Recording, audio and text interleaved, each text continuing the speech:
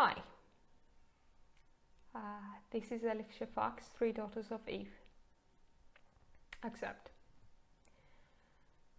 Women stared. They scanned, scrutinized, and searched, hunting for the flaws in the other women, both manifest and camouflaged.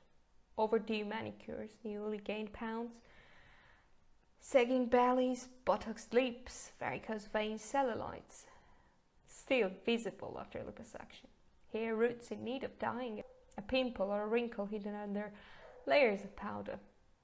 There was nothing that their penetrating gazes could not detect and decipher, however carefree they may have been before they arrived at the party. Too many female guests became by and by both victim and perpetrator. The more Parry thought about the evening ahead, the more she dreaded it. "Need to stretch my legs," said Dennis as she popped out of the car. Immediately, Parry lit a cigarette. She had quit smoking more than a decade before, but lately she had given in to carrying a pocket of cigarettes around and lighting up every now and then. Though satisfied after a few puffs, she never finished any of them. Each time she threw away what was left with guilt and something akin to disgust.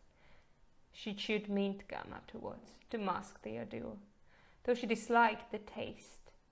She had always suspected that if chewing gum flavors were political regimes, peppermint would be fascist, totalitarian, sterile, stern.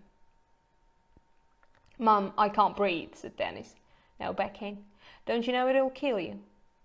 Dennis was at that age when children treat smokers like vampires on the loose.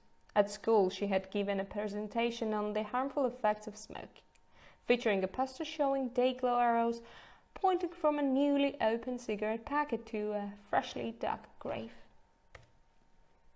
Okay, said Parry as she waved a hand in dismissal. "If I were the president, I'd lock up parents who smoke next to their kids, seriously."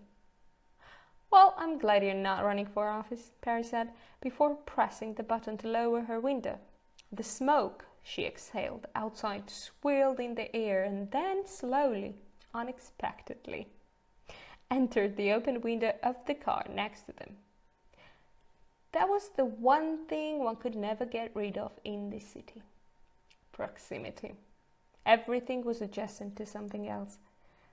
Pedestrians wound their way through the streets as a single organism. Travelers sat squashed on ferries or stood shoulder to shoulder on buses and subways. Bodies sometimes collided and clashed and sometimes coexisted weightlessly, brushing gently against each other like dandelion spores in the breeze. There were two men in the car beside them. Both grinned at her. Remembering that the Advanced Learner's Guide to Patriarchy defined the act of a woman blowing smoke into the face of an unfamiliar male as an open sexual invitation, Parry paled. Though easy to forget at times, the city was a stormy sea swollen with drifting icebergs of masculinity, and it was better to maneuver away from them, gingerly and smartly. For one never knew how much danger lay beneath the surface.